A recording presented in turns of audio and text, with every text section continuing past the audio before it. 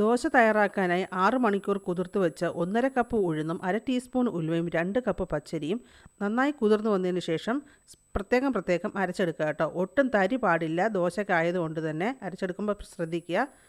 അവൽ 1/2 കപ്പ് കുതിർത്തതും കൂടെ ചേർത്ത് ഒന്നുകൂടെ നന്നായി അരച്ചെടുക്കുക. അരച്ചെടുത്ത കൂട്ട് കൈകൊണ്ട് നന്നായിട്ട് മിക്സ് ചെയ്ത് വെക്കുക. അരച്ച മാവ് പുളിച്ച് വരാനായിട്ട് ഇതുപോലെ ഹോളുള്ള ഒരു അടപ്പ് വെച്ച് അടച്ചു വെക്കുക. മാവ് പുളിച്ചതിന് ശേഷം പാകത്തിന് ഉപ്പ് ചേർക്കുക.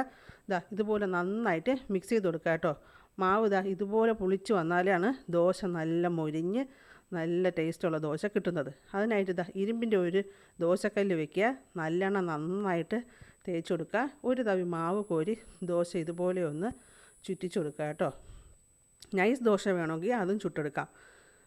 അപ്പോൾ ഇവിടെ ദോശ ഇവിടെ റെഡി ആയിട്ടുണ്ട്. ഇന്ന് ബ്രേക്ക്ഫാസ്റ്റിന് ദോശയും കറുത്ത കടലക്കറിയുമാണ് കേട്ടോ. ഇതൊരു സൂപ്പർ കോമ്പിനേഷനാണ്. തയ്യാറാക്കി നോക്കുക.